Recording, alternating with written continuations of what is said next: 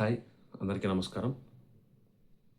ఆంధ్రప్రదేశ్లో గత 2, 3 రోజులుగా బాగా వైరల్ అవుతున్న విషయం జనసేన పార్టీకి సంబంధించిన ఎమ్మెల్యే, తిరుపతి జిల్లా కోడూరు నియోజకవర్గ శాసనసభ్యుడు అరవ శ్రీధర్ గారు ఒక మహిళని బలవంతంగా లొంగదీసుకొని అబ్బాయి పెళ్లి చేసుకుంటా అని చెప్పి మోసం చేశాడన్న విషయం బాగా వైరల్ అవుతుంది.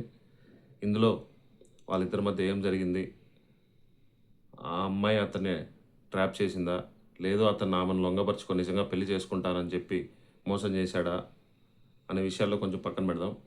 ఇక్కడ ఆ జనసేన పార్టీ ఎమ్మెల్యే మీద ఆరోపణలు రావడం, డైరెక్ట్గా ఆ అమ్మాయి అతని మీద ఆరోపణలు చేసి నన్ను మోసం చేసిందని చెప్పి మీడియా ముందుకు వచ్చి చెప్పిన తర్వాత పవన్ కళ్యాణ్ గారు జనసేన పార్టీ స్పందించిన విషయాన్ని గురించి ఒకసారి మాట్లాడదాం.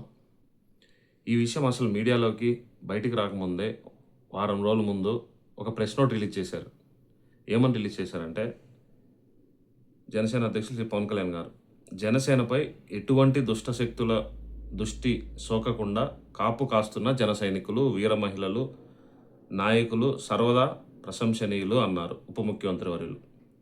దుష్ట శక్తులు సోకకుండా ఏంటి, మన భావజాలం ఏంటి, మనం ఎవరిని ఫాలో అవుతాం? చెగువేరాను, భగత్ సింగ్ను, పెద్ద పెద్ద ఇలాంటి వాటిలో అందరినీ మనం ఫాలో అయ్యే మన పార్టీ, మన రాజకీయ నాయకుడు ఒక దుష్ట శక్తులు సోకకుండా ప్రశంసనీయం. దుష్ట శక్తులు. జనసేన అధ్యక్షులు శ్రీ పవన్ కళ్యాణ్ గారు పార్టీకి చెందిన కొందరు నాయకులతో మాట్లాడుతూ పార్టీ సంస్థాగత విషయాలపై దిశానిర్దేశం చేశారు. ఇంతవరకు ఏం బాగానే ఉంది. ఏ పార్టీ అయినా డెవలప్ అవ్వాలి, ఎదగాలి, బలపడాలి, సమావేశం నిర్వహించడంలో తప్పలేదు. ఈ సందర్భంగా శ్రీ పవన్ కళ్యాణ్ గారు మాట్లాడుతూ ఈ మధ్య కాలంలో వ్యక్తుల మధ్య జరుగుతున్న ఘర్షణలు, ఆర్థిక లావాదేవీలు, మానసిక బలహీనతలు, ఇప్పుడు అరవ శ్రీధర్ గారికి మానసిక బలహీనతలు, వ్యక్తిగత కుల విభేదాలకు, జనసేనకు ఆపాదించడానికి ఇక్కడ చూడండి మంచి ఇది రాశారు. జనసేనకు ఆపాదించడానికి కిరాయి కిరాయి మాధ్యమాలు కలిసి కుయుక్తులు పన్నుతున్నాయి. అయ్యా డిప్యూటీ సీఎం పవన్ కళ్యాణ్ గారు, మీ పార్టీకి చెందిన ఎమ్మెల్యే ఒక మహిళను మోసం చేసి వీడియోలు, ఆడియోలతో మొత్తం అన్నీ దొరికితే జనసేన పార్టీని ఇచ్చేయడానికి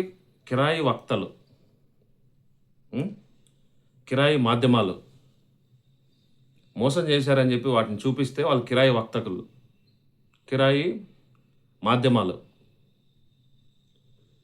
లేదు ఏం జరిగినా జనసేన పార్టీ ఓహో అనుకుంటే డబ్బా కొట్టాలా?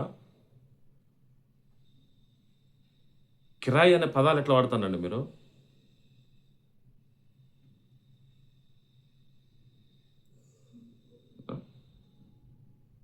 ప్రజా ప్రయోజనాల దృష్ట్యా ఇటువంటి ప్రచారాలను మనం తీవ్రంగా ఖండించాల్సి ఉందంట.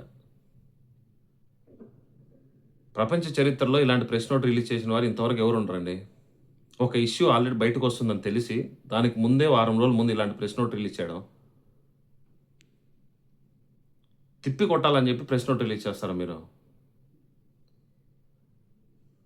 వ్యక్తిగత ఘర్షణలు, వ్యక్తిగత కుల విభేదాలు, వ్యక్తులు ఏంటంటే వ్యక్తిగతం ఏంటి రాజకీయాల్లో?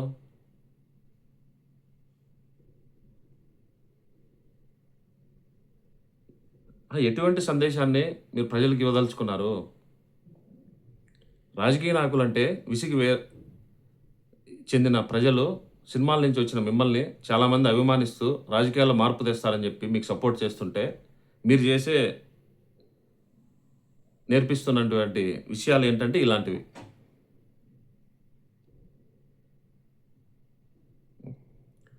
కొంచెమైన ఆలోచన లేకుండా, సమాజంలో ఏమనుకుంటారో తెలియకుండా మనం ఏం చెప్తే అది జరుగుతుంది.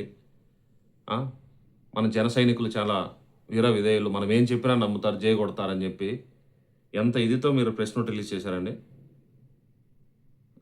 రాజ్యాంగబద్ధంగా ప్రజాసేవే పరమావధిగా జనసేన ప్రయాణం అప్రతిహతంగా కొనసాగుతుంది. ప్రజాసేవ చేయండి. తప్పులు ఒకవేళ జరగచ్చు. మీ పార్టీ వాళ్ళు జరగచ్చు, పక్క పార్టీలో జరగచ్చు. అన్ని పార్టీలో ఇలాంటి వ్యక్తులు ఉండొచ్చు. కాదనట్లేదు. అది మీ తప్పనట్లేదు. వాళ్ళ మీద చర్యలు తీసుకోండి.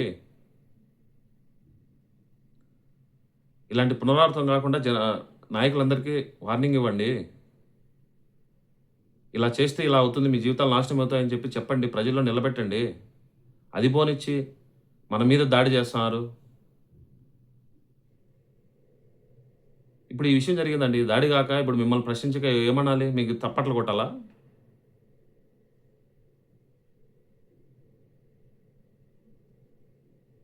మీరసలు రాజకీయ పార్టీ పెట్టిందెందుకు? ఉన్న రాజకీయ నాయకులందరూ మొత్తం ఇదే అయిపోయారు. భ్రష్టు పట్టిపోయారు. జనాల గురించి పట్టించుకోవట్లేదు. వాళ్ళ వ్యాపారాలు వాళ్ళు చేసుకుంటాండ్రు. రాజకీయం అంటే వ్యాపారం అయిపోయింది. నేను డబ్బులు అన్నీ వదిలేసి ప్రజలకు సేవ చేయడానికొచ్చాను. ఎంతోమంది సామాన్యులను రాజకీయ నాయకులుగా తీర్చిదిద్దుతానన్నారు. నాకు తెలిసి ఒకరో ఇద్దరిలో ఏ బ్యాక్‌గ్రౌండ్ లేకుండా కొత్తగా వచ్చిన వాళ్ళకి టికెట్ ఇచ్చి ఎమ్మెల్యేలు చేసింది అందులో ఒకరు ఈ అరవ శ్రీధర్ అనే అతను. మీరు టికెట్ ఇచ్చిన అభ్యర్థే.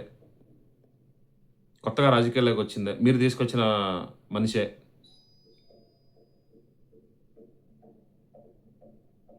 ఇటువంటి ఎమ్మెల్యేలను మీరు ప్రోత్సహించడానికా మీరు పార్టీ పెట్టింది? 2014 ఎలక్షన్స్‌లో మేము పోటీ చేయము. ఎందుకంటే మేము కొత్త వాళ్ళని తీసుకొచ్చి ఎంకరేజ్ చేస్తాం రాజకీయాల్లో. ఇప్పుడున్న పార్టీ వాళ్ళ నుంచి చాలా మంది వస్తున్నామని చెప్పి నాకు ఆఫర్ చేస్తున్నారు. నేను వాళ్ళెవరిని చేర్చుకోను. 30 సంవత్సరాలు స్థిరంగా ఉండే నాయకత్వాన్ని బలపరుస్తాను. మీలోనే తయారు చేస్తానని చెప్పి మీరు తయారు చేసిన ఎమ్మెల్యే ఇలాంటి ఎమ్మెల్యే. ఆ తప్పులు సరిదిద్దుకోకుండా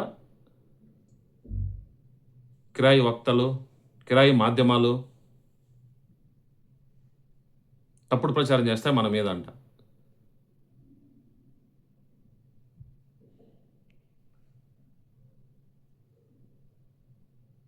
అన్ని వేళలా మనం అప్రమత్తంగా ఉండాలని సూచించారు. ఇలాంటివి మీరు చేస్తూ పోతా ఉంటారు.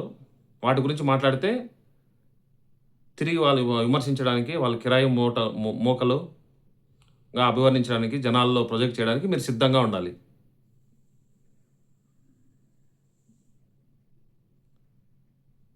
మీరు ఈ ప్రయాణం ఎక్కడ మొదలుపెట్టారు? ఎటు వెళ్తుందో ఒకసారి ఆలోచించండి డిప్యూటీ సీఎం గారు.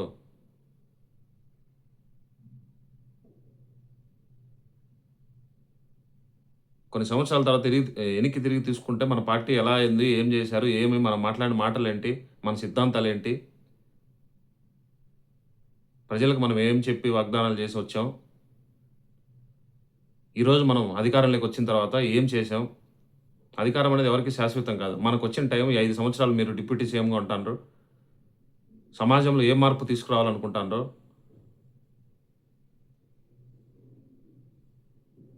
అలాంటి వాటి మీద దృష్టి పెట్టి చేయాలి గానీ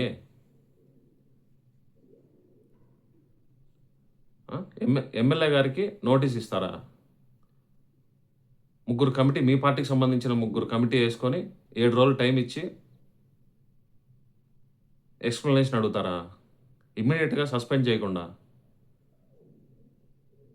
ఇలాగే కర్ణాటకలో డీజీపీ క్యాడర్ అధికారి ఇలాగే దొరికితే ఆయన కూడా ఇదే చెప్పాడు డీప్ ఫేక్ అని.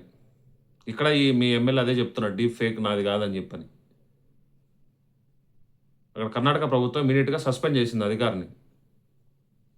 అధికారులను అయితే సస్పెండ్ చేయగలుగుతారు కానీ నాయకులను అయితే మాత్రం ఎటువంటి చర్యలు ఉండవు నాయకుల మీద.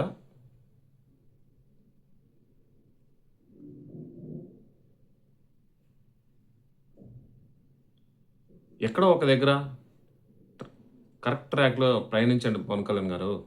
ట్రాక్ తప్పింది. మీరు వెళ్తున్న విధానం ఒక పార్టీని సెంట్రిక్‌గా తీసుకొని ఎలాగైనా వాళ్ళని అంతం చేయాలని మీ పంతం వెళ్తా ఉంది తప్ప, మనం వచ్చిందేంటి? ప్రజలకు ఏం చేయాలని మనం వచ్చాం? మనం ఏమనుకున్నాం? ప్రజలకు ఏదైనా మంచి చేద్దామనే లైన్‌లో మీరు వెళ్ళట్లేదు. అని నాలాగే చాలామందికి అనిపిస్తా ఉంది.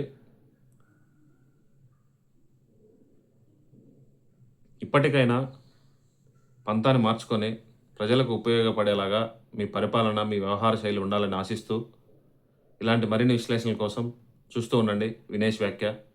సబ్స్క్రైబ్ చేసుకోవడం మాత్రం మర్చిపోవద్దు.